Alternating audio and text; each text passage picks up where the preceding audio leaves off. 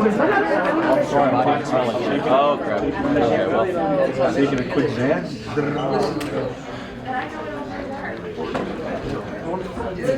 4K, how many gigabytes that is? Like 35 gigabytes. Okay, we'll buy a USB.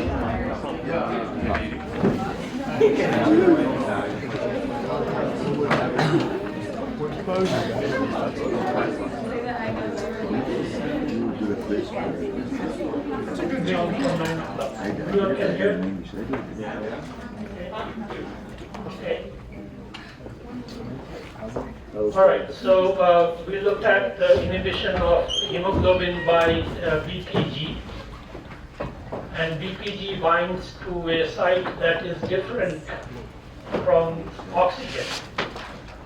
So this is very common, not just for binding of hemoglobin to oxygen, but binding of any protein to any ligand. So this is anything that binds as a ligand or a ligand.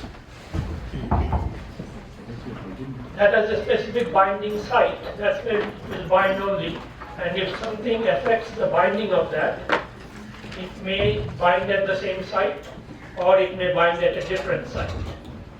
If it binds at a different site and affects the binding of the normal substrate, so this is also oxygen is a substrate. Substrate term is used basically for enzymes, not for proteins that just bind. So if it affects the binding of oxygen by binding to a different site, that is called an allosteric effect.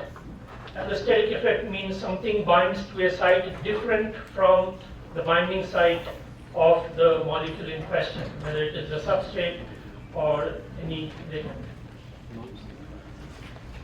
So BPG obviously is an allosteric inhibitor. So you can have allosteric activator, allosteric inhibitor. The process is called allosteric inhibition. So BPG is an allosteric inhibitor, and if it, as we saw before, it binds to hemoglobin and decreases the affinity of binding to oxygen. So one example is BPG that we studied. Another example that we are going to study now is proton, that means acid. So acid is also an inhibitor of oxygen binding, and as we saw before, why inhibitors are important, because that is what gives rise to the sigmoidal curve, and that is what is responsible for release of oxygen in the tissues. Because when the hemoglobin goes to the tissues, the binding affinity is less there, and that's why the remaining oxygen is released. Same thing with proton or low pH. That also inhibits binding of oxygen, and that's why the oxygen is released. So where do you have, where does this proton come from? Obviously the pH of blood is more or less constant. As I explained in the chapter on buffers, the buffers for blood is bicarbonate, not phosphate. And what is special about bicarbonate is that it's not a good buffer for blood pH, because its pK is 6.4, blood pH is 7.4 or 7.2. It's close to about the borderline of being a good buffer, and that is by design because the pH of blood changes. And it changes in the lungs. There is a lot of carbon dioxide coming in. In the tissues, there is a lot of carbon dioxide that is coming from the tissues and dissolving into the blood. So where is the carbon dioxide more? It is in the tissues because of a lot of respiration from burning of carbohydrates and cycles that we are going to study later. So carbon dioxide from respiration will dissolve in the water, in the lungs, in the plasma, and that will give you bicarbonate plus proton, and that's the proton that lowers the pH, and lowering of pH inhibits oxygen binding, and that makes it even more sigmoidal, and that's why the oxygen is released into the tissues. Remember, the hemoglobin is bringing it in oxygen. In the tissues, there is a lower pH because of this reaction, and that's where the oxygen is released. And then when this travels to the lungs, the reverse reaction will take place. Remember, this is an equilibrium reaction. I mentioned the enzyme.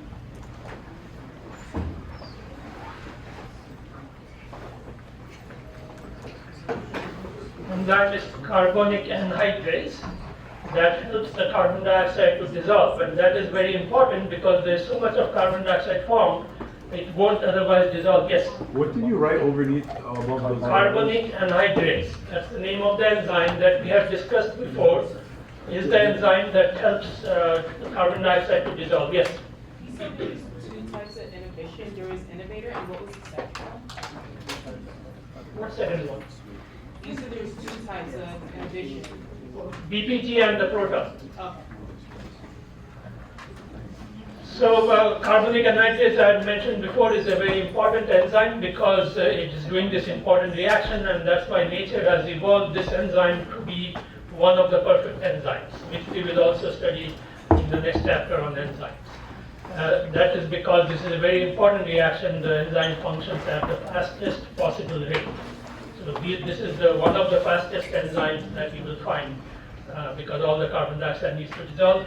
Now, enzymes don't change the thermodynamics of a reaction, it just speeds up the reaction. So what is the thermodynamic of this reaction? Is that it's an equilibrium reaction. And in general chemistry, you have studied what shifts the equilibrium to the right or left. And that is explained by what principle? You have studied this.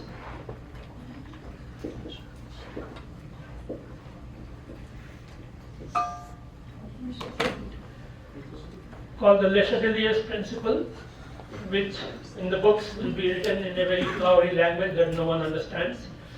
What it simply means is that for any equilibrium reaction, whatever you do to the system does just the opposite. That's what the law states. Anything you do, it will do just the opposite. So this is an equilibrium reaction. You add more carbon dioxide, the reaction will try to decrease carbon dioxide. How does it decrease carbon dioxide? It goes to the right. If you remove carbon dioxide, then the reaction will go to the left. And that's what is happening in the tissues. You have more carbon dioxide, so the reaction moves to the right, and that means the pH goes down. In the lungs, it is just the opposite. There is less carbon dioxide compared to the tissues, so the reaction goes in the reverse direction. The bicarbonate breaks up to give you carbon dioxide, and that carbon dioxide is exhaled. And automatically, obviously, the pH also goes up because hydrogen is part of this reaction. And when the pH goes up, then the affinity for oxygen increases, and it binds to oxygen from the atmosphere. So that's how the process happens. So this is called the Bohr effect.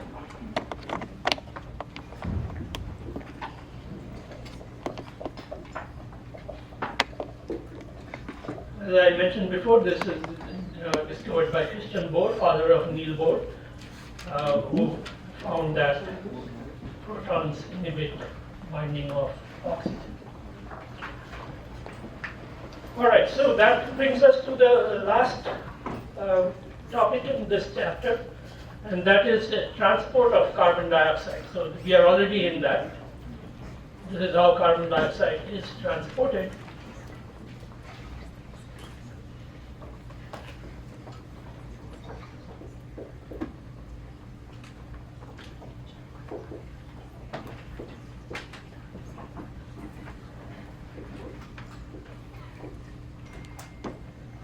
Carbon dioxide is transported from the tissues to the lungs in three ways. Yes? I'm sorry, before you start, just one quick question. You said that protons inhibit binding of oxygen Right. to what? Just in general? Hemoglobin. To, If you remember last class, if the inhibition, if anything inhibits binding, that's what is responsible for the S-shaped curve, sigmoidal curve, because something inhibits binding. It was BPG that inhibits binding. If there was no BPG, then the curve would be like this, you mean which is binding to hemoglobin, right? binding of oxygen to hemoglobin, right? Oxygen to hemoglobin. So this is bound. Thank you. And this is what is responsible for release of oxygen because of this S-shaped curve. When it comes to this tissues, this much of oxygen is released. So more it is inhibited, more oxygen will be released. Alright, so transport of carbon dioxide happens in three ways, of which the second two are the important ones. The first one is just carbon dioxide dissolves in water.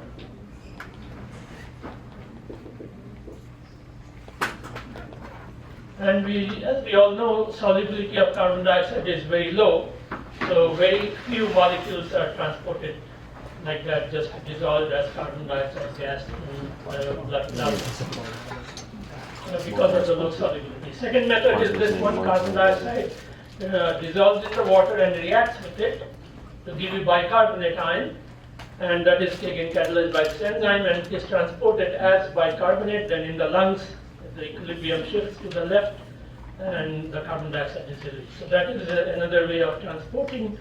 So if you have, let's say, for example, if you have 10 molecules of carbon dioxide, then the solubility is extremely low. This is close to zero or very little. And this is about 5 molecules are transported this way, and about 5 molecules are transported by the third method. And what is the third method?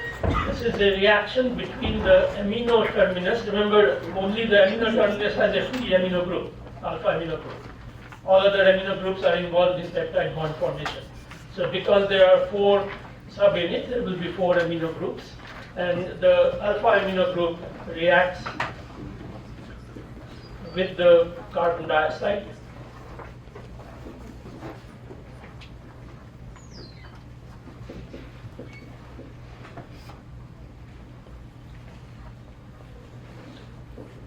So that's called a carbamate, and it is transported as a carbamate.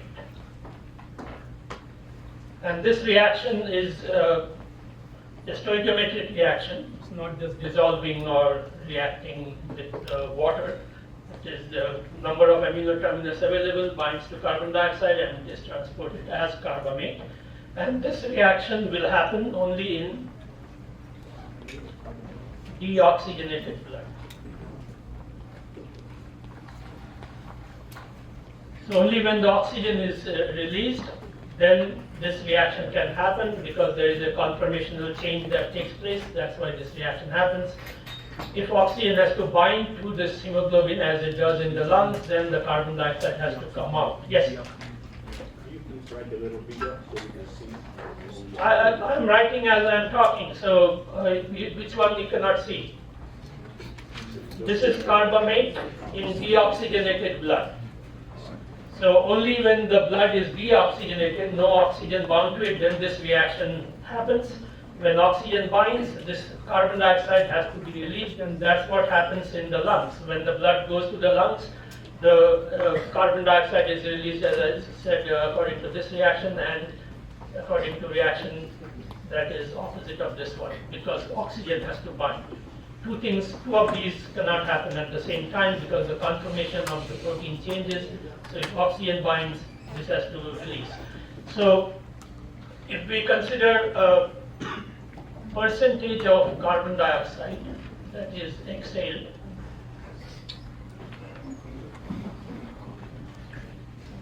every molecule that binds has to be released, otherwise it cannot be used to transport oxygen. Right? And every molecule of hemoglobin that binds like this has to be released, so all 5 have to be released. What about the second method? First method is negligible. What is the second method? This is an equilibrium. As you have learned in general chemistry, when equilibrium shifts to the left or to the right, it is just a slight shift to the left or to the right. It doesn't release all the carbon dioxide in this way. It doesn't go all the way to the left or all the way to the right. All equilibria are like that. They just shift a little bit this way and that way. And what is that shift? Amount of shift? When these carbon dioxide, I made an example of 10 molecules. So when 5 molecules dissolve in the blood already has bicarbonate in it, because that's the buffer. So how much bicarbonate in the buffer, in the blood itself, is 95. So 5 just adds to the 95. So it's about 20 times more bicarbonate already there in the blood. And when it goes to the lungs and the equilibrium shifts to the left, this 95% stays as it is. Only this 5% comes up. Alright, so these 5 molecules that bound to the plasma, that is the number of molecules that will come out in the lungs, because the equilibrium is shifting a little bit to the left or to the right. The blood has to have the bicarbonate as a buffer. So that's why when you count how many molecules are actually being released, it's about 5. Even though 100 are transported this way and only 5 are transported this way. So 20 times more bicarbonate in the plasma than is bound to hemoglobin. But when it is released, most of it stays.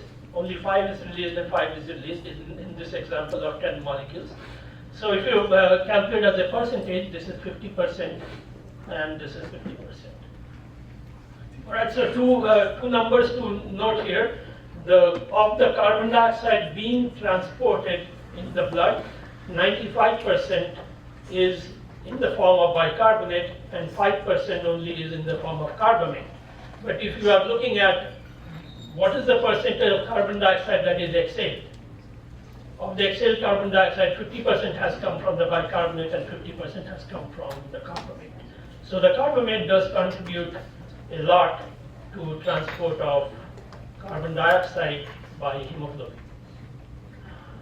All right, so that's the last thing in this chapter. We will move on to the next chapter, which is on enzymes. Anyone has any question on hemoglobin or this chapter? Yes, so just to confirm the last couple Yes. of things you mentioned. So you're saying that most of the carbon dioxide in the body is carried as the bicarbonate ion? Carried means yes, it is always there. It is carried not for the purpose of exhaling it, but carried mostly for the purpose of being a buffer. Okay.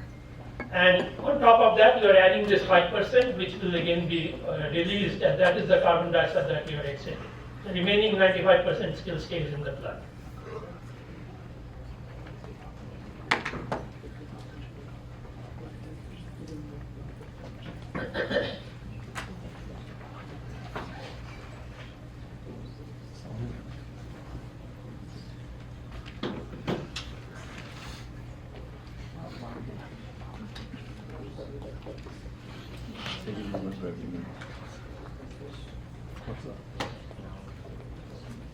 All right, so two things to note here. One student said that the chapter numbers that I'm saying don't match the recent edition. The book is so popular that they come up with edition every year almost. So just look at the title, don't look at the numbers. Okay, so if you are looking at a recent edition, obviously if you bought something, they will give you the recent edition. And the numbers may be actually more than the numbers that I say. So it must be a very good book. It's on the 35th or whatever edition now. But the book is all over the place. The chapters are not really well organized. They are just moved here and there, not much reasoning. And so you will find me skipping things from chapter and then coming back to that just to put them in one topic. For example, for the enzymes, we will first do the chapter 8 and then chapter 7. It doesn't really matter, but the first part of it is to understand how the KMB mass and those work. These are the kinetics, and then we will look at the mechanism. That's what we have always done in organic chemistry. You study the mechanism later after you study the basic details of the topic. The other thing is the dates that I gave you for when we are doing which chapters, those are approximate, so we are ahead of schedule. And that is important because the 2 weeks assigned to carbohydrates is not really sufficient. Carbohydrates is a lot of topic to cover, so that's why we need the extra time. And so we are already in the next chapter, and then towards the end, the chapter on nucleotides will also not need that much time, so we are going to take that time into the carbohydrates, because carbohydrates will take more time.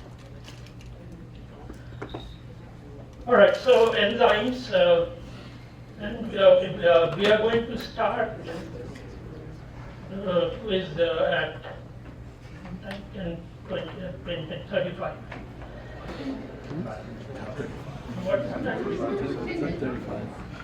It's only 10 minutes. So we will stop the class at 10:30, and it will take 5 minutes to hand out the papers. Yes. What do you want to review? Like general. No, reviews are always initiated by the students. So if you have any question, you ask me, and the best time to ask questions is before the class. You just email me anytime, 24/7, I will respond to your questions. 5 Which a.m.? many people have done.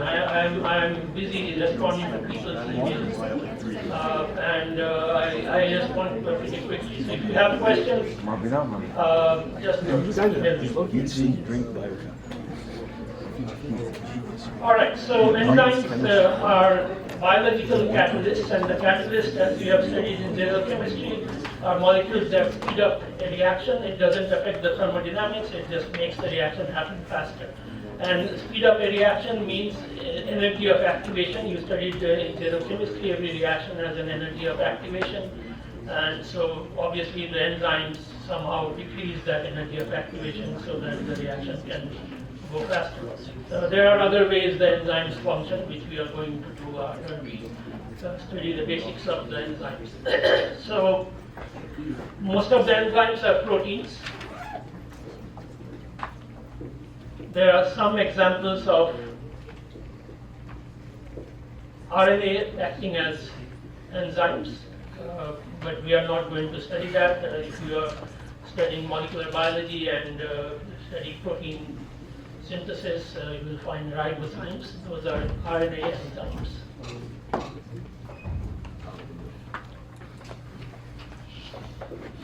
So RNA enzymes are called ribozymes. Other than that, most of the other enzymes are proteins, and their function is to increase the rate of reactions. So you have studied other catalysts in organic chemistry and general chemistry. Those are chemical catalysts, the most common being acid. Many reactions in organic chemistry you have studied are catalyzed by acid. That's a proton. Some are catalyzed by base. But here we are talking about biological catalysts, and how are they different? So how are enzymes or biological catalysts different from chemical catalysts? One big difference is in the rate. So biological catalysts are much faster. On the average, about 1,000 times faster than chemical catalysts. So the chemical catalyst, as you have seen, they increase the rate of reaction by more than 1 million times, and enzymes will increase the rate of reaction by even more, about at least 1,000 times more.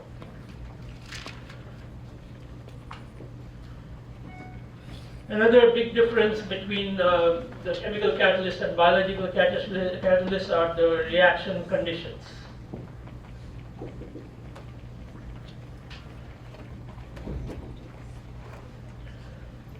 For example, if you use an acid catalyst, you have done in the organic chemistry lab, if you need acid as a catalyst, all you do is take some concentrated nitric acid, sulfuric acid, and put it in the mixture. Or you need a base catalyst, use the strongest base you can find and put it in the mixture. All that you cannot do because in the cell, every reaction is in water. And any of the strong acids or bases cannot function in water, which we have already studied. The strongest acid that you can have in water is what?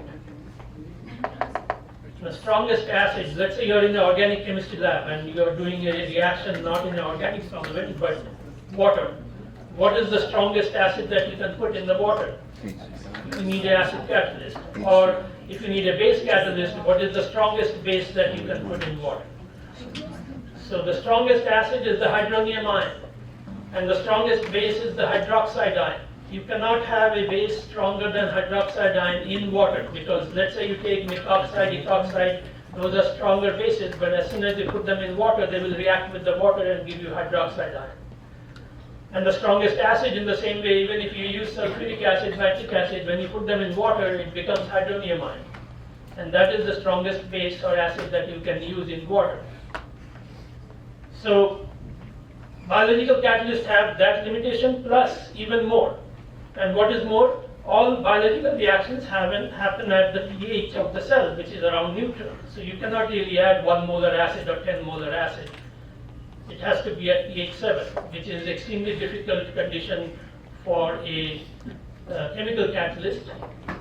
because you don't have that restriction of doing reaction only at pH 7, but all biological reactions happen at pH 7 or the pH of that cell. Some cells have a lower pH. So reaction conditions, one is important one is pH, which is pH 7. The other is temperature. As you know, as you increase the temperature, the reaction rate increases. But that option also you don't have in the cell because the cell temperature is more or less fixed for higher organisms. So the temperature is also a condition that you don't have much control over in the biological catalyst. Besides this, the temperature, pressure, none of these you can change. Everything is really fixed for the biological catalyst. So all biological catalysts will work under mild condition, not harsh conditions. Any other difference?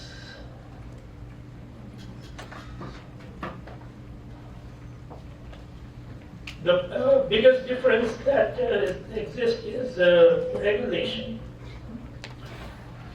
If you start a chemical reaction, you cannot control the rate at which it happens. You have added all the ingredients and it will happen at a certain rate till the reaction goes to an end. You can either stop the reaction or start the reaction. You cannot say I want a little faster or a little slower by adjusting the enzyme. And biological catalysts differ from that in that there is a regulation of enzyme activity.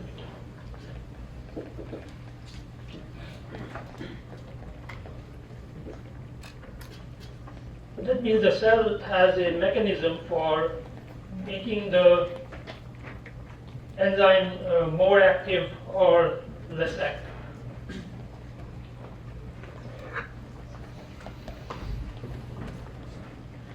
So we will be studying a lot of regulation of enzymes.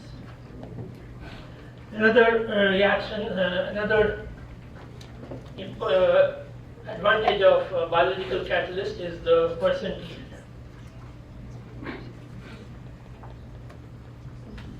So everyone is familiar with percent yield. You did that all the time in organic chemistry lab. It is a reaction, you have to calculate percent yield, and if someone gets 20%, you write 30% or 40%. Because 20 doesn't sound good, right? But then there are reactions that have a 20% yield, and there are reactions that have a 90% yield. So you may write whatever you want. The idea is that you did the experiment. No one grades based on the percent yield that you wrote. All right. So if you have a 10-step reaction, in the cell there are many such examples. You start with one and then go to the next reaction, then the next reaction, so it may be 10 steps like that. So if you have a reaction that all the reactions, let's say, have a 70% yield, which is actually a good yield, not a bad one. And if you have 70% yield for every step, how much will be the final product? If you use the calculator, take 70 to the power 10, or 0.7 to the power 10, that comes to a very low number. I don't know how much, but maybe 3% or 4%. So at the end, you go through all these steps, and let's say you get 3%. If you assume a 90% yield, and still at the end of 10 steps, you will end up with something like 30%. So eventually, after 10-step reaction, you get very little product. And in the biological cell situation, there are reactions that happen with more than 10 steps. So how much product will you get? You always get 100% products. So percent yield is always 100%. Doesn't matter how many steps you have. You have 10 steps or 20 steps or 1 step, the percent yield is always 100%. So another way of stating that is when you get a 70 or 90% yield, what happens to the remaining 30%? If you have 70% product, what is the other 30%? What happened to that 30%? The reactant is gone. The reactant has reacted already. Yes?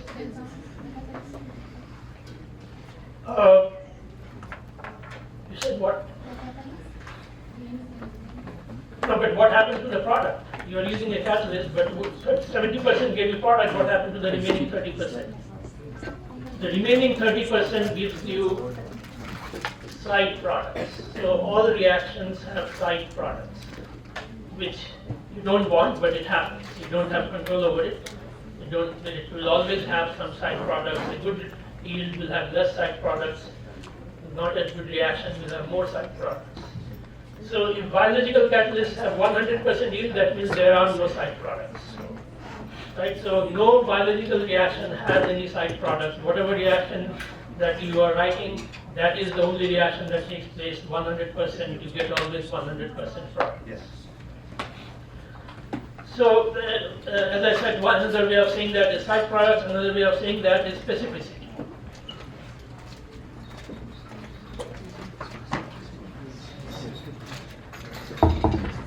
If something has 100% yield, it means the reaction is highly specific for the reactant and for the product. That means this is the only product that will form. That is called specific product. This is the only reaction that it will react with, nothing else. That is the reaction specificity. So enzymes have this reaction specificity, which is very important. And why does that happen?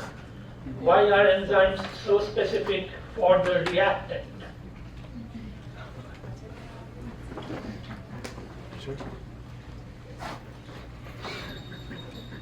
In organic chemistry, when you studied reactions, you studied them based on functional groups.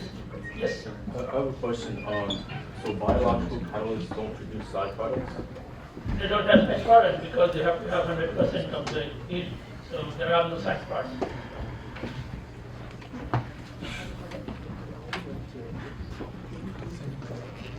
Alright, so why do enzymes have such a high specificity? In organic chemistry, you studied reaction by functional group. This is a reaction of alcohol. That means all alcohols react that way.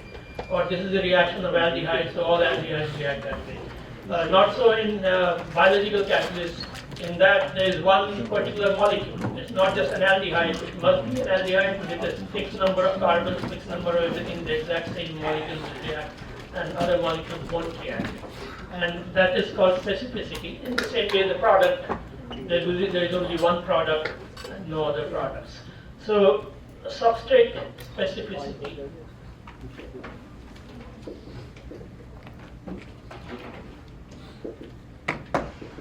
This happens because the enzymes have a site where the reaction happens. As I mentioned, if this is the structure of the enzyme, let's say.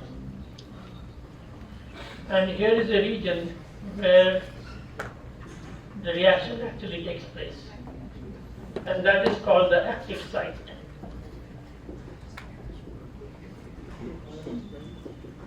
And the rest of the protein is still important for activity because that forms the active site.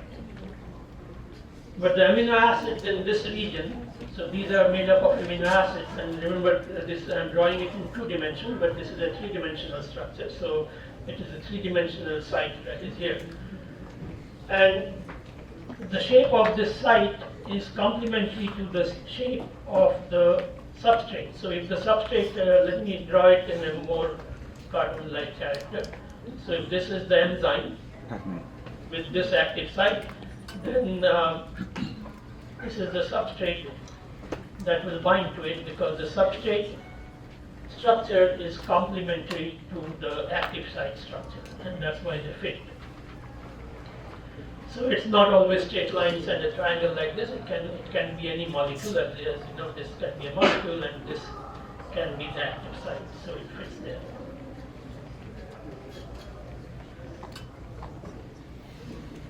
So if you deviate from this structure, then it will not bind. But then, as I have drawn it here, that is actually the real situation, that when this binds here, this is where the substrate bound, and that's why the reaction takes place. But the rest of the substrate, let's say the substrate is not this size, it can be this size. Will this still bind? It can bind, it may not bind, depends on your experiment. You have to find out whether it binds or not. Just by looking at something, you cannot tell that this will still bind because we don't know the active site. There may be some amino acid here that is actually interacting with this one. So if you don't have this structure, then it may not bind. So this may be important for the binding. This may be not important for the binding. All right, so we know that a certain region is important. The rest of it may be or may not be important. That we have to figure out by doing experiments. And being a pharmacist, this is the principle behind majority of the drugs that you will be dealing with.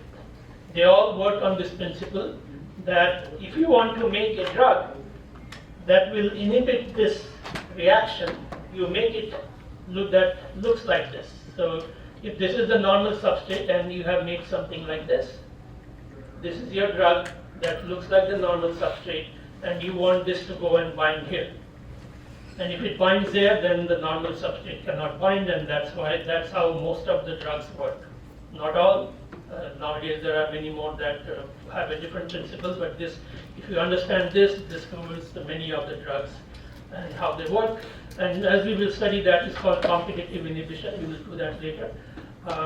So most of the drugs are competitive inhibitors of the substrate. So coming back to specificity, the reason that the substrate or enzymes are specific for the substrate is because there is a fixed site where the reaction takes place and the substrate binds there because the two are complementary to each other, so they fit exactly in that site, and that is called the lock and key model.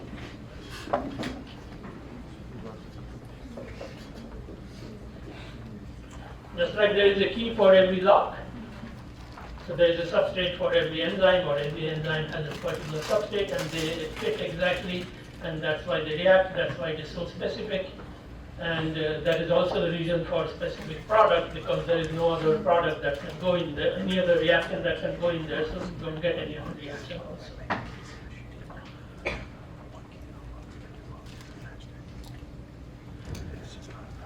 But then it was shown that this lock and key model doesn't really explain everything about why it is so specific. It explains most of it, but doesn't explain all of it. And there were examples where it doesn't explain. And so the lock and key model, there is nothing wrong with it. It is invalid. On top of this, there is another model that was proposed, and that was proposed by Gaussian, and it is called induced fit.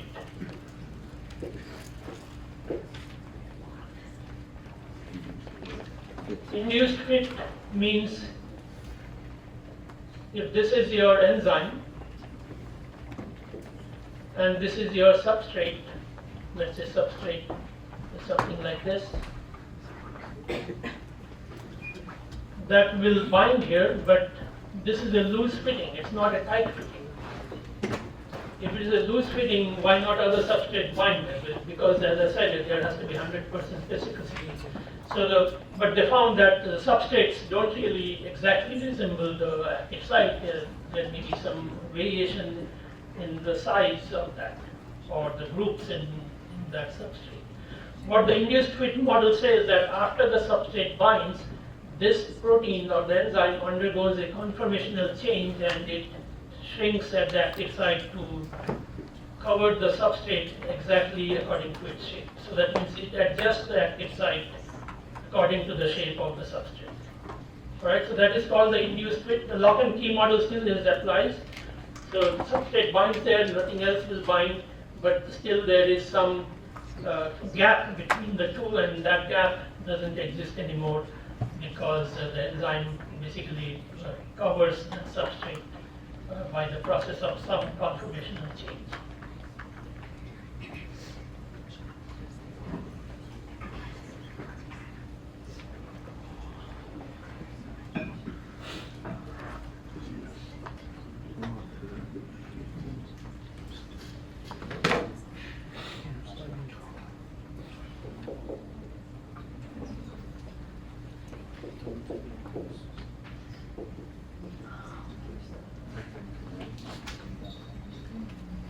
All right, enzyme kinetics, that means how the reaction, or how the enzyme increases the rate of reaction. So what is the mathematics behind it? And OI. So before we do that, we need to do the nomenclature. Coming from organic chemistry, you know, whether we say something new, we need to know how to name them or what are the different types of. So enzyme nomenclature.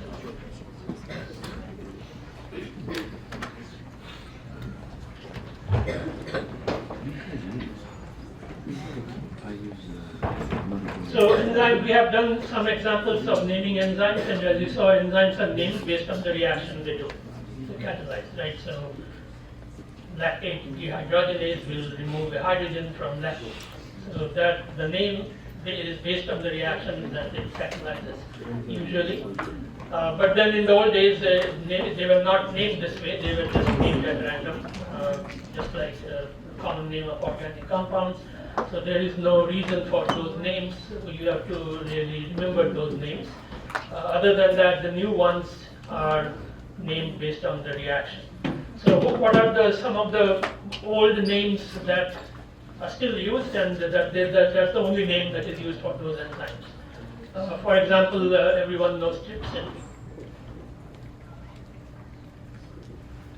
Pepsin or chymotrypsin.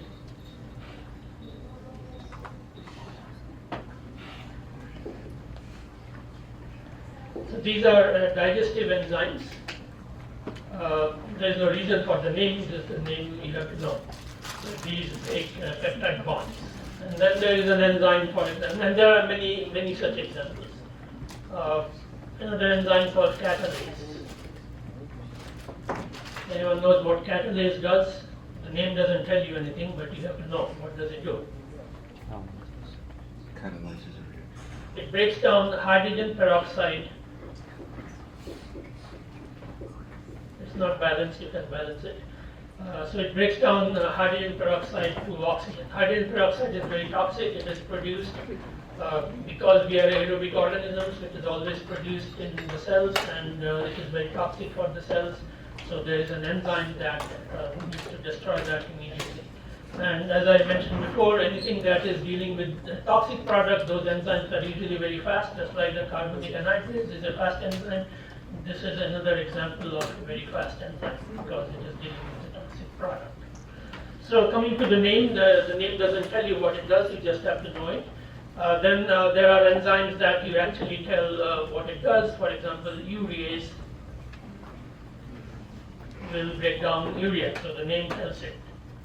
Or as I said, lactate dehydrogenase will remove 2 hydrogens from lactate to give you pyruvate. But then in the old days, people discovered enzymes, and there was no molecular biology then. Well, it took a long time to understand that this is a gene for this enzyme. So we already knew a lot about those enzymes before the genes were discovered for those enzymes.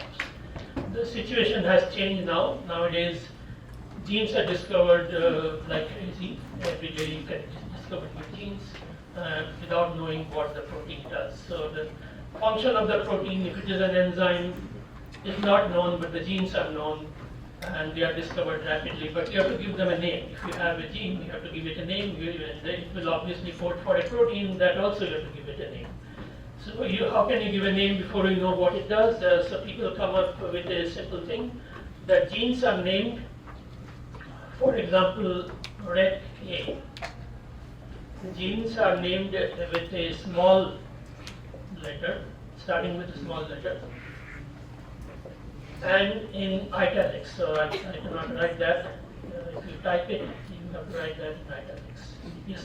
Sorry, is your yeast also a digestive? Urease also a digestive enzyme? Or No, it's not. Okay. This is an example of an enzyme whose function you can tell from the name. Oh. Urease breaks down urea. Sucrase breaks down sucrose. So in the modern world, where we are discovering more proteins without knowing what they do, this is how you name them. So the gene is named like this. All genes will be named starting with a small letter, and the whole word will be italics. The A, B, C, D, if there are more than one genes associated with that, then they are numbered as A, B, C. say? This will obviously, What does that say in the script? What does that say in italics? it's a small letter, it has to be small letter. The first letter has to be a small letter, not capital. And the whole word has to be in italics. What's the word Right. that is in it? Italics. But what is the word? REC. The name, okay, RECA. Okay. Whole thing has to be in I italics. didn't see the REC. Alright, so the name has to be in italics, whereas in the name of a protein, that means every gene codes for a protein, the corresponding protein will be written in capital letter. First letter is capital. So the name of the protein is same as the name of the gene. In order to differentiate between the two, the first letter is capital for the protein and it is not in italics. Alright, so that's how we tell this is the name of a protein and this is the name of the gene. Whether it's an enzyme or not an enzyme doesn't really matter. This is how all proteins are named nowadays. And after maybe 10 years, when you have discovered much more about it, if you want, you can give a new name, but that doesn't happen because this name sticks. But, sorry, Yes? can you not erase the record? The record is just an example. There are 30,000 genes, so there will be 30,000 examples.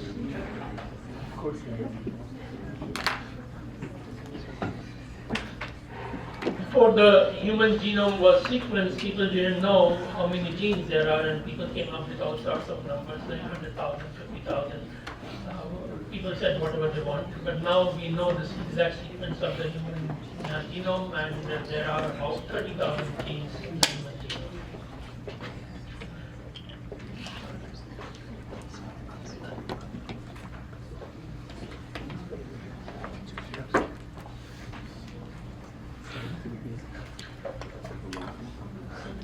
All right, so the classes of enzymes. So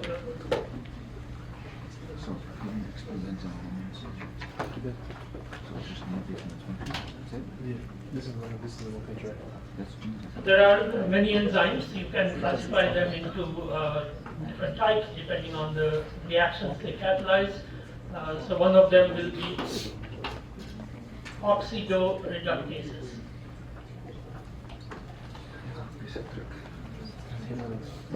Oxidoreductases. So obviously, whenever there is an oxidation reaction, there is also a reduction reaction. And most of the reactions are reversible. So in the one direction it will be oxidation, in the reverse direction it will be reduction. And the same enzyme catalyzes both directions. Because remember, enzymes are only catalysts; they don't change the thermodynamics. So if it is supposed to be an equilibrium reaction, enzyme will also make it an equilibrium reaction. That means the same reaction, same enzyme will catalyze in both directions.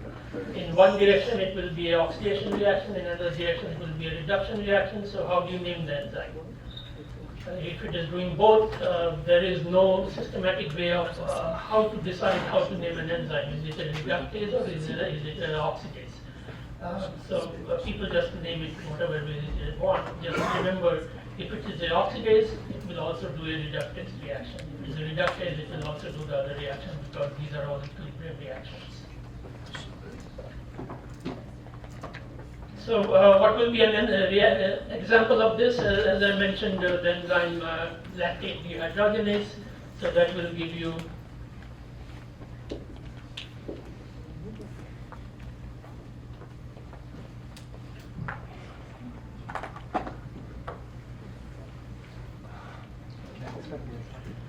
so it oxidizes lactate.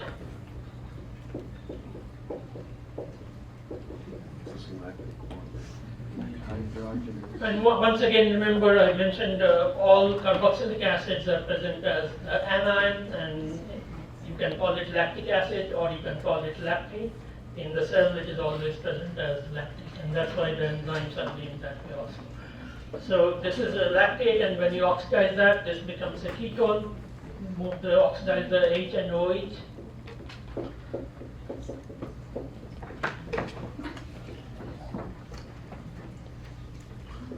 And that's called pyruvate.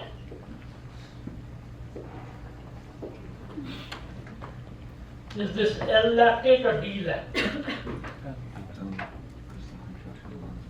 Yes. This is L-lactate. The OH is on the left side that is L. If OH is on the right side, that is D. And which OH? In this case, there is only one OH. If you have a couple of carbons with a couple of OH, it is the one at the bottom. That means one that is away from the carboxyl group.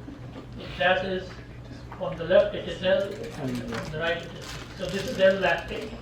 And when it is oxidized, it gives pyruvate. That's of course not chiral, so there is no D or L of that. So once again, the same enzyme can convert pyruvate to lactate also. These are equilibrium reactions. So if it converts pyruvate to lactate, the name of the enzyme doesn't change, that it's still lactate dehydrogenase. If the name changes with every reaction direction, then there will be even more confusion. So the enzyme has only one name and it catalyzes reaction in both directions. In fact, both these reactions happen. In the muscles, pyruvate is converted to lactate. And then the lactate goes to the blood and then goes to the liver. In the liver, it is converted back to pyruvate. So both reactions happen, and the enzyme in both cases will still be called lactate dehydrogenase, even though it is doing the opposite reaction. All right, so I'm going to raise this reaction.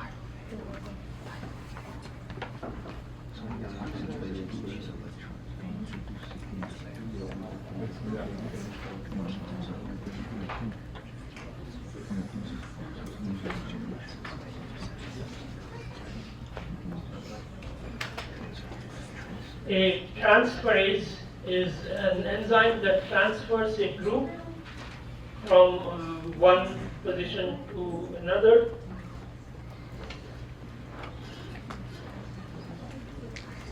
So, for example, if you have alanine, let's draw alanine, or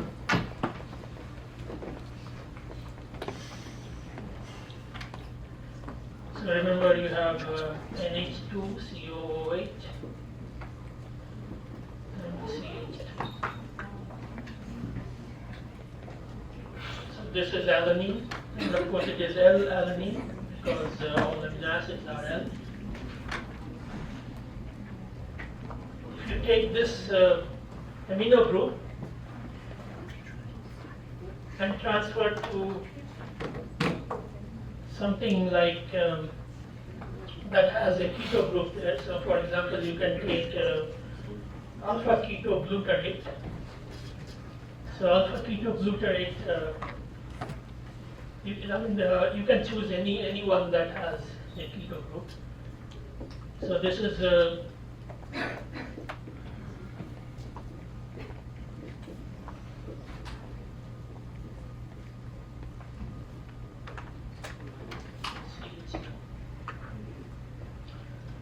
So this is alpha ketoglutarate. It will transfer the amino group to here, and this becomes the keto group.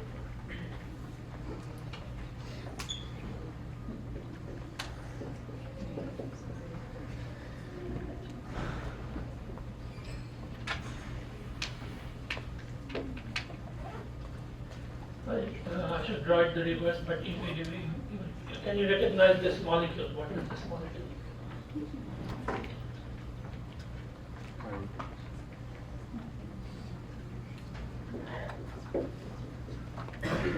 So this is pyruvate again. And the amino group goes here. So keto group goes here, amino group goes to this one.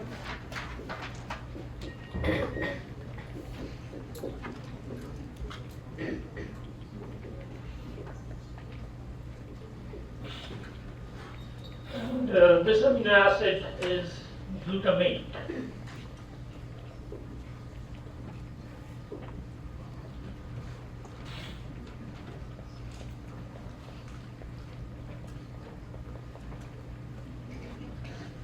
So the name of the enzyme will be based on one of the substrates.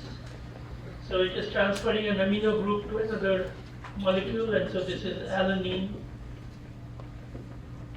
transaminase. alanine transaminase. Yes. Did you draw aspartate there? Oh, one more carbon, right? Two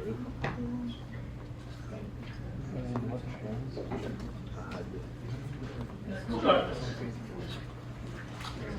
So this is an example of a transamination reaction, and it is an equilibrium reaction. And this kind of reaction happens in the cell all the time. That means every amino acid will have a corresponding keto acid. So the keto acid you draw by removing the amino group and converting that to a ketone. So the pyruvate is the keto acid of alanine, and alpha ketoglutarate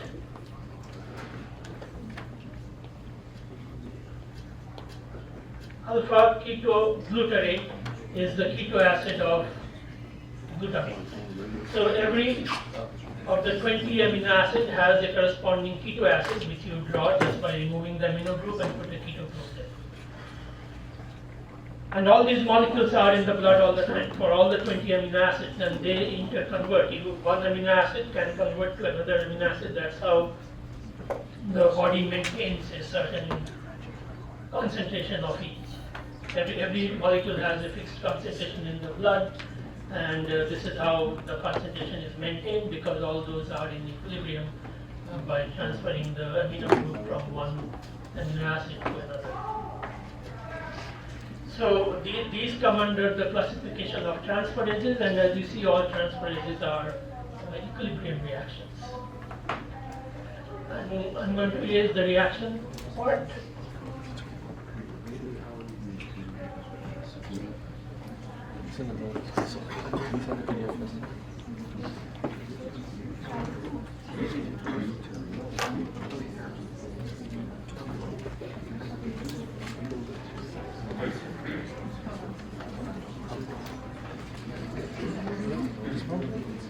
So hydrolases are examples of reactants. Basically, they are transferases, but the molecule that it is transferring to is water.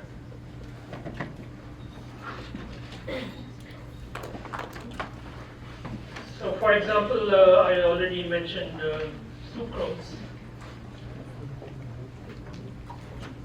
Sucrose, everyone knows sucrose, right? It is glucose and fructose combined, an equivalent bond. And whenever you combine two carbohydrates or two amino acids, you remove a molecule of water. So the reverse reaction of that will be adding a molecule of water. So you can take sucrose, add water, and that will give you glucose plus fructose.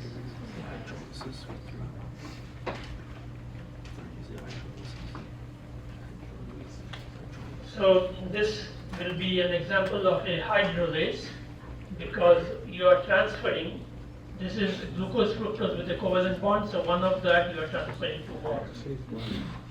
So all hydrolases are transferases, only that you are transferring to water. And another difference between transferase and hydrolases is that these are all equilibrium reactions, and these are irreversible reactions.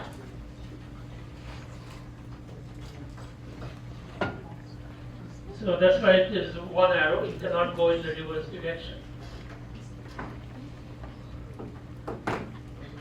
Why can it not go in the reverse direction? Because if you go in the reverse direction, you are forming a bond between the two molecules. Whenever you form a bond between two molecules, that requires energy. So if you want to go back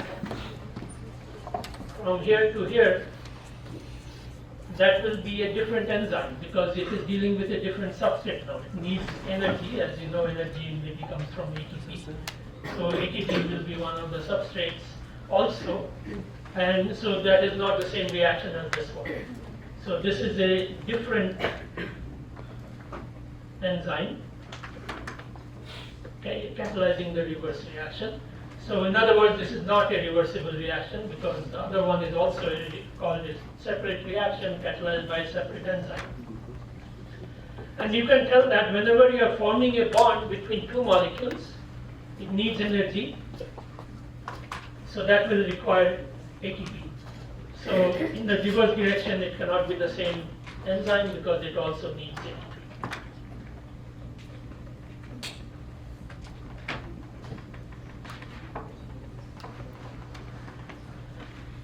So as I mentioned, the name of the enzyme is sucrase. It hydrolyzes sucrose to fructose and glucose.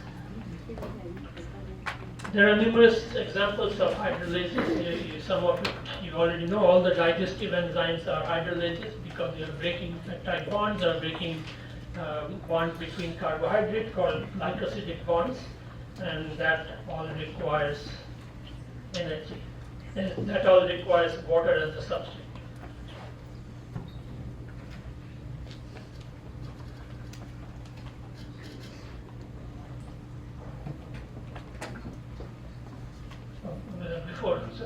Before we do lysis, we need to do another one.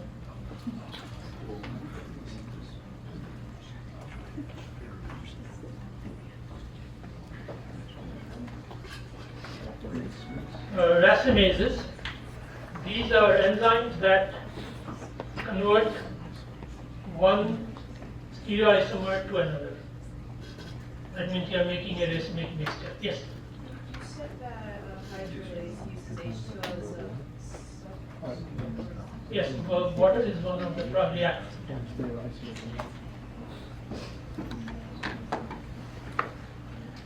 So racemase will convert one isomer to another. For example, if you take L-alanine and convert that to D-alanine, that will be a alanine racemase.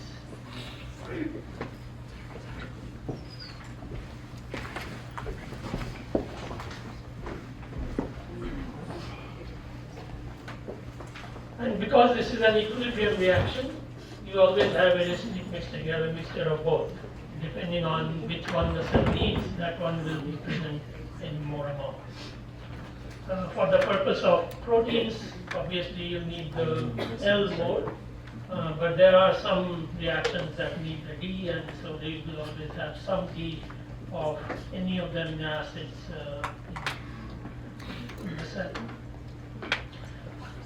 Alright, so another enzyme is a lyase, L-Y-A-S-E, and that involves breaking a bond without using oxidation or water. So it is not a hydrolase or a oxidative reductase, but still there are many reactions that involve breakage of bonds. Those are all classified as lyases. So that means break bond with, other than using oxidation or hydrolysis. One example of that will be, for example,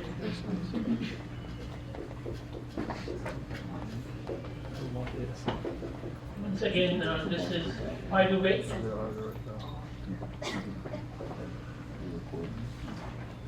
And pyruvate is a alpha keto acid. Right? This is the carboxyl group at the alpha position. That means the carbon next to it is a keto group. So pyruvate is an alpha keto acid. As we will study later, alpha keto acids are difficult to decarboxylate. But there will be an enzyme that does that. Beta keto acids are easy to decarboxylate. You don't even need an enzyme. In the organic lab, you can take any beta keto acid in a test tube and heat it, it releases carbon dioxide. That means the keto group is at the beta position, that means one more carbon in between. But if the keto group is at alpha position, you always need an enzyme, and the enzyme is usually a very big and complicated enzyme because this is a complicated reaction. So if you remove carbon dioxide, you basically take this and break this bond, so it gives you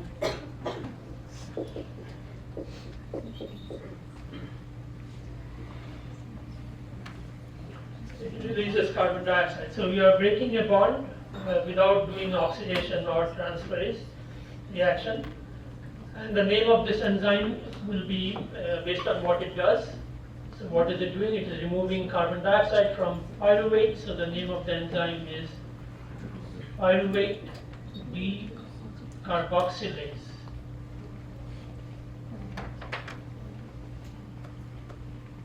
And where do you find pyruvate decarboxylase? Everyone has used this reaction, done this reaction at home. What kind of reaction gives you carbon dioxide? The cooking that you do. This is any reaction that uses yeast. So this is the fermentation of yeast that converts pyruvate to acetaldehyde, and carbon dioxide is released, and this is the carbon dioxide that is used for baking. So this reaction happens in yeast, it doesn't really happen in humans. So this is an example of a lyase. There are many reactions that release carbon dioxide like this, and we will study some of those reactions in the Krebs cycle. Because remember, the whole idea of respiration is to convert all the carbons of glucose to carbon dioxide, and they all happen by reactions like this. Some of them are alpha keto acids, some of them are beta keto acids. Beta keto acids are easily decarboxylated. Alpha keto acids, like this one, is not so easily decarboxylated, but still enzymes do that.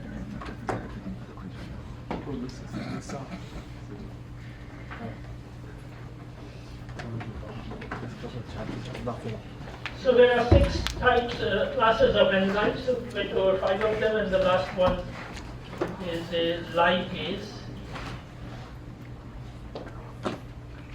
So what is a ligase? The term ligate means to join. So ligases will join 2 molecules. So ligase will always, so these are all anabolic reactions, so always require ATP.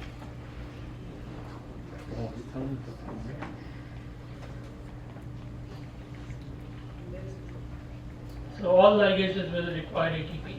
For example, any of the polymers that you make, like DNA polymer is made by the enzyme DNA polymerase that join nucleotides. This process will require ATP. If you want to combine glucose and fructose to make sucrose, that will require ATP. If you want to convert glucose to starch, each step will require ATP. So all reactions that join things will need ATP, and they are called ligases. Some of these enzymes have a name, the name is very confusing. Synthetase. Some of the enzymes name end with the word synthetase. That means it is forming a new molecule. But then there are some enzymes that are named synthase.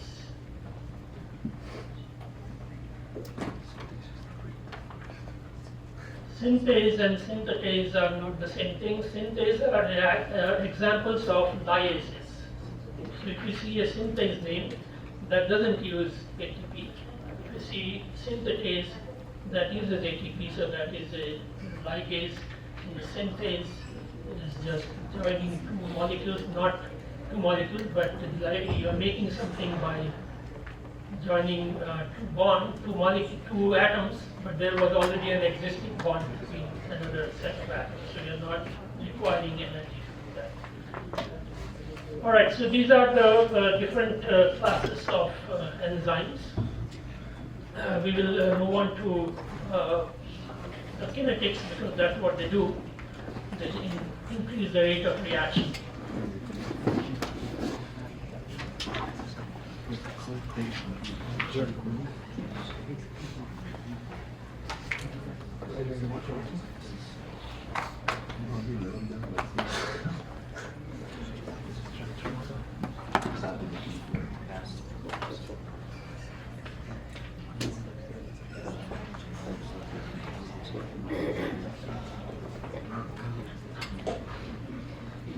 Yes.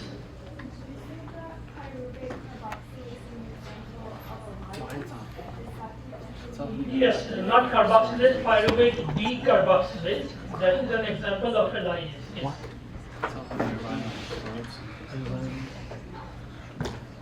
Alright, so enzyme kinetics obviously means a lot of physical chemistry, which people like here very much, but we are not going to do that. So we are not going to go into the deep of the mathematics of these, just get an overall idea of how the equations are derived, not actually derive those equations. Those are given in the book, and I also send you a handout where the derivation is given if you're interested. But let's qualitatively look at the enzyme kinetic equation. So if you, so these are in general reactions that you need to understand how the equations were derived, but we are not exactly doing those equations. We are not doing calculations based on that. There can be complicated calculations based on enzyme kinetics. We are not going to do those. Just to understand qualitatively what happens. So if you have two reactions,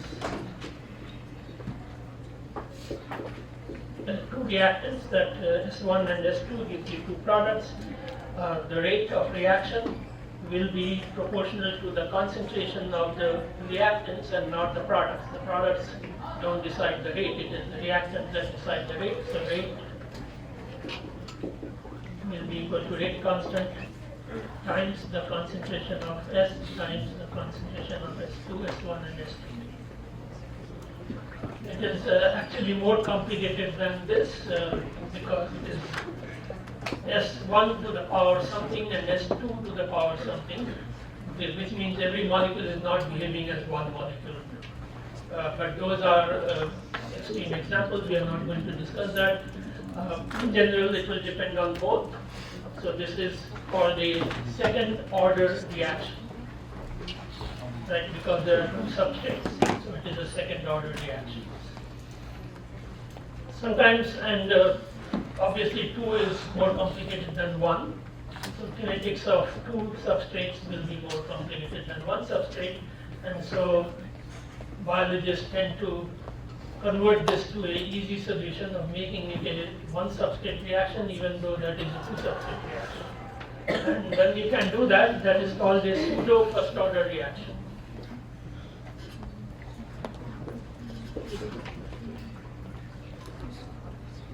What would be an example of a pseudo first order reaction?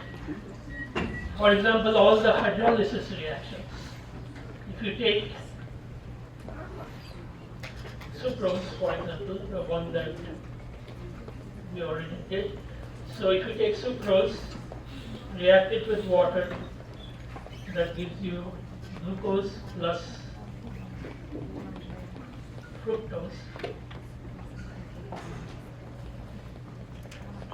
This is a second order reaction because there are two substrates, sucrose and water. However, usually the concentration of most of the substrates are in the millimolar range. So in the cell, we are talking about reactions in the cell. So if there is any sucrose, it will be some millimolar concentration. And what is the concentration of water? 55. 55. Everyone remembers that. That's very good. So 55 molar concentration of water, which is very high. So after the reaction is over, what is the concentration of water left? It's still 55, right? Because the other one is in millimolar range and this is thousands of times bigger than that. So when one of the substrate, one of the reactant is at extremely high concentration, you can consider that as a constant. So the rate will be then proportional only to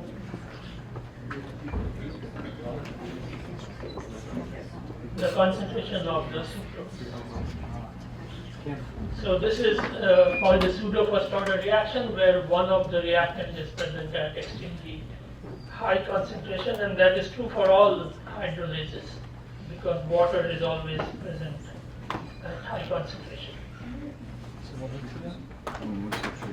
So when enzymes react with the substrate, the way it does is that the enzyme first binds to the substrate.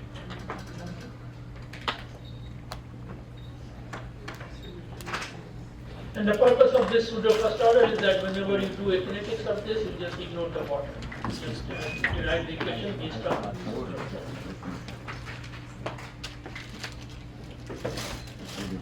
So in general, if you have a substrate plus enzyme, they bind to each other, and then that gives you a enzyme substrate complex called the ES complex. And then this will give you the product.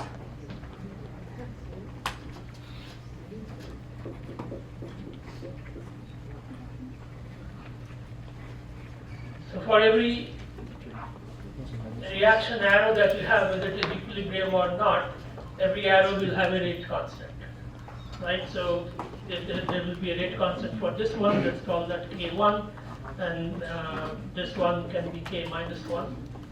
Just a name, you can name it anything you want, but one is named K1, the other is K minus 1. And then this will be K2.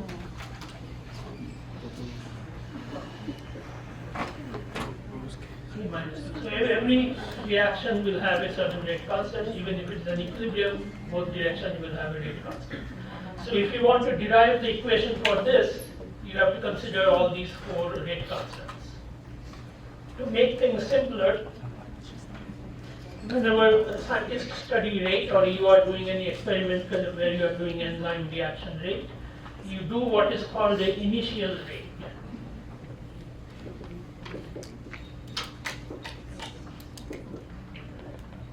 Initial rate means if you are doing an experiment with any enzyme, you determine the rate of reaction at the start of reaction. That means your reaction time is 5 minutes or 10 minutes. You don't do a reaction for 2 hours and then measure how much product you got.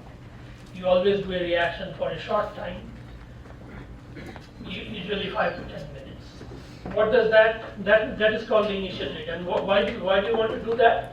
Because when you are just starting the reaction, there is no product.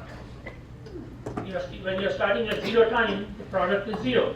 So no reaction goes back. So for initial rate, K minus 2 is 0, or you can ignore it. If you are doing an initial rate measurement, then you can convert this to a reaction in which the K minus 2 is not there. So at least you got rid of one of the rate constants, so the kinetics becomes simpler if you just consider initial rate. Yes. You cannot ignore K minus 1 because what is this process? S and E bind to give you ES. So K1 is called the rate of diffusion. 2 things have to come together, bind. Right? There is an affinity for them, but they have to come together to bind. And the K1 and K minus 1 are usually very large numbers.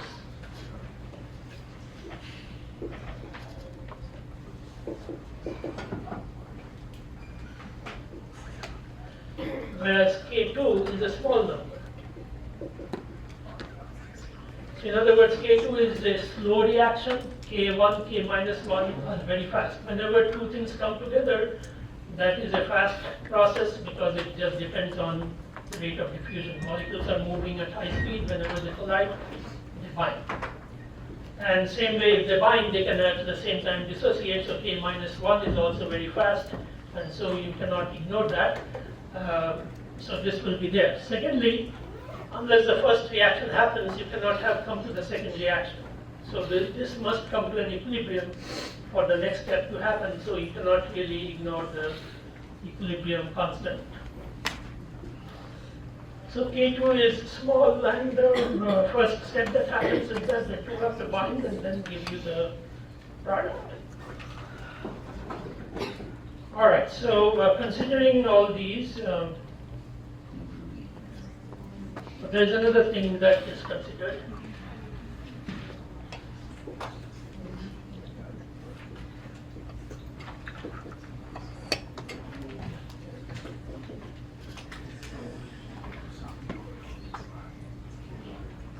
No reaction in the cell happens in isolation. That means whenever you draw write only one reaction, that is exactly not how it happens, because that is still connected to another reaction and then to another reaction. All these reactions are connected to each other all the way. So if you are converting A to B, whether it is equilibrium or not, this is not where the reaction ends. B is then converted to C, C converted to B. So this way, there is a series of reactions that happens in the cell. Always there will be many reactions connected to each other. So what is the relationship between these reactions? C cannot be made unless B is made, or D cannot be made unless C is made. So they are dependent on each other. At any given time, the amount of each of these intermediates are maintained constant. So whatever is the identity of B, in the cell it is supposed to stay at a certain concentration. Let's say this is supposed to stay at 4 millimolar. So if it goes above 4 millimolar, then it converts to C, then B, then the process keeps on going. So that is called a steady state kinetics. That means concentration of the intermediates remain constant throughout the process. So the rate of formation of B will be equal to the rate of decomposition of B or conversion to C. So that gives you a steady state of all these reactions, which is opposite of, so steady state kinetics is opposite of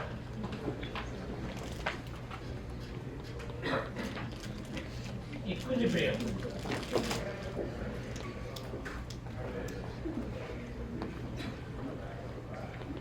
In an equilibrium reaction, two reactions meet. If you start the reaction now, after some time they will come to an equilibrium and then it will not move in either direction.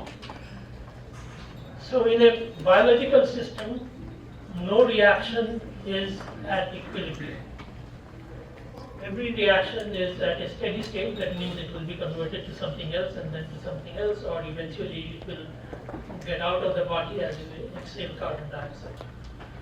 But all other reactions, besides the one that is coming in, as in food coming from the digestive system, or anything that is going out, besides those two reactions, all other reactions, and there are hundreds and hundreds of them, they are all steady state reactions. They are not equilibrium reactions. There is no reaction that is at equilibrium. And so, steady state is the definition of life. If you want to define life, what is life? All the reactions in your body are in steady state. When they reach equilibrium, that is when you are dead. So equilibrium is equivalent to death. At death, every reaction in the body reaches equilibrium. As long as you are not dead, all your reactions are in steady state. Alright, so considering all these, and then you can go through the steps by which the final equation is derived.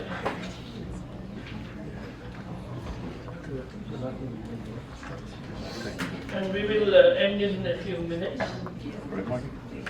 So that today is the first day. It's a logistical the worst side eye of all time. problem. We want people to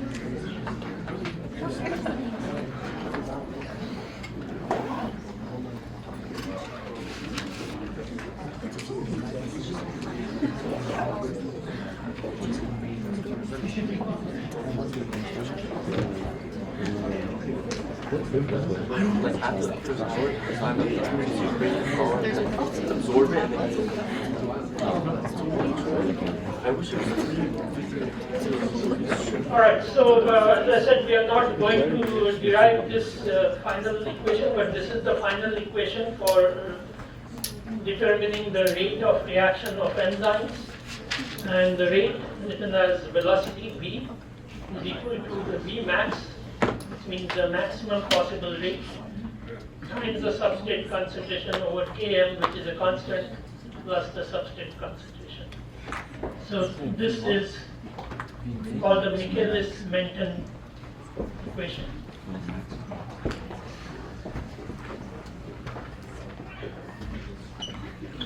So Michaelis-Menten equation says rate is equal to V max times S over Km plus S.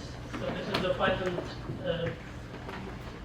equation. equation for the derivation. If you want to look at the derivation, you can do that.